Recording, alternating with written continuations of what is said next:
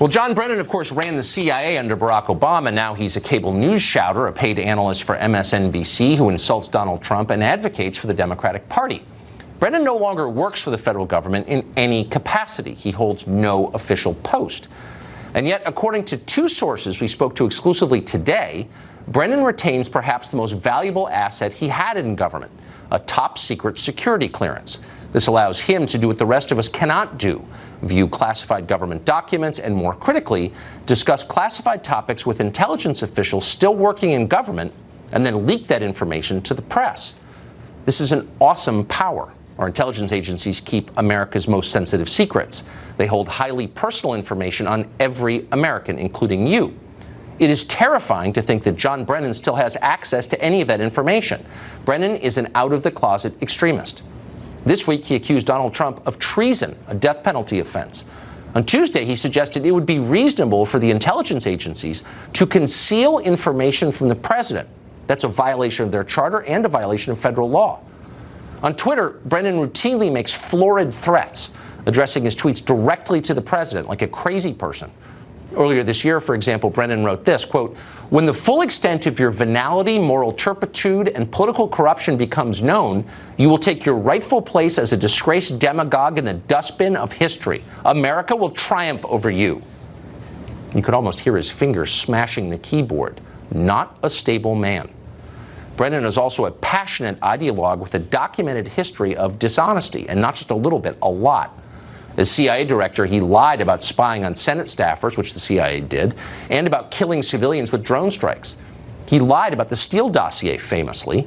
In 2010, he prevented the CIA from referring to Islamic militants as jihadists because, and we're quoting now, "Jihad is a holy struggle and a legitimate tenet of Islam." This is not a man who should have a security clearance. We called NBC News today to ask if Brennan has revealed classified information on their air, or whether he's passed that information to his colleagues at NBC. NBC did not respond. But Brennan is not the only reckless partisan with a history of dishonesty who retains a government security clearance. Jim Clapper, the former director of national intelligence, appears to have one too. Same with Michael Hayden, another former CIA director. Hayden recently suggested the president is carrying out a second Holocaust on the Mexican border.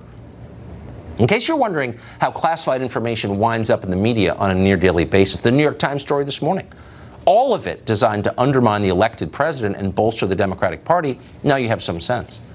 You hate to think the deep state is real, that there's a permanent government that operates independently of voters and of democracy itself. But as long as guys like this have security clearances, honestly, you've got to wonder.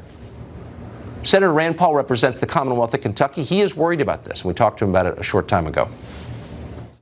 Senator, thanks for joining us. Sure. John Brennan is an irresponsible partisan combatant who works for a cable news channel and has threatened the president on Twitter.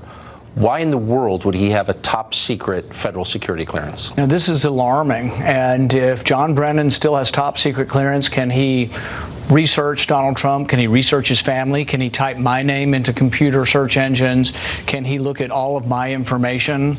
It's alarming. If he has top secret clearance, as unhinged as he is now, calling the president treasonous, saying basically that he's for, the death penalty for the president. Yeah, it's alarming. If he has security clearance, it's absolutely alarming. So we've spoken to knowledgeable sources on this question who say he does. We tried to confirm that with the CIA. They refused to comment on it. We asked NBC, his employer. They refused to comment on it. We believe it to be true.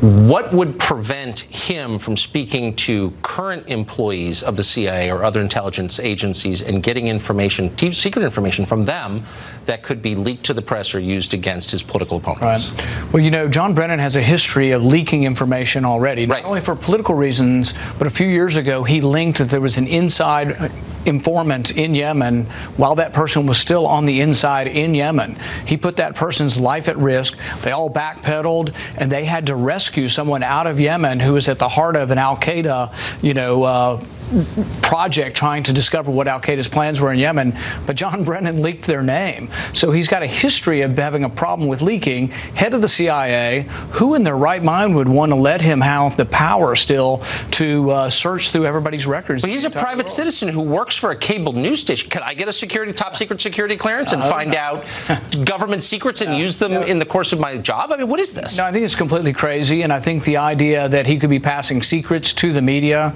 yeah, that's alarming. And then, well, what can be done? Well, what we're going to do is we're going to send a letter not only to the president asking whether he still has clearance, which I think the president might be interested in this issue. I'm sending the letter also to Sessions and also to Dan Coates, who's over all of the intelligence. So we are going to press the case, and we're going to find out, does John Brennan still have clearance, and really should a person who has called the president treasonous have top secret clearance or threatened him? But it's not just Brennan. It is potentially, and we believe it is also Clapper, Susan Rice, people who are active participants in current partisan warfare. Right. Shouldn't there be some mechanism to prevent people who are engaged in partisan warfare from having top secret And clearances? this is something I've advocated for years, and that's to have oversight of the intelligence community by having judges grant warrants. So they would have to go to a judge to have permission to look at a database. I don't want them researching Donald Trump's political supporters, their records, their bank records, their phone records. The way to stop it is to have an overall reform. And in fact, I'm going to talk with the president on Monday, and we're going to ask the president, will you institute a new rule at the FBI that says they cannot search these foreign databases for Americans' material without asking a judge for permission? Thank you for doing that. I'm sorry it's taken this long for someone to do something about it. I'm glad you are.